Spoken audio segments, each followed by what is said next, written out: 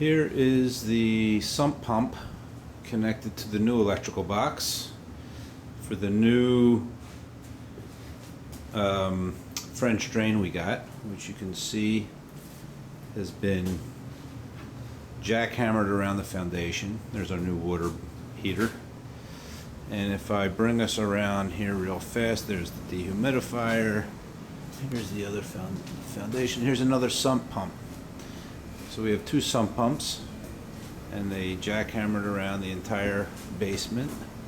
And here's the steps, underneath the steps, and here's the new central air conditioning unit that they installed. And boy, is it a mess down here.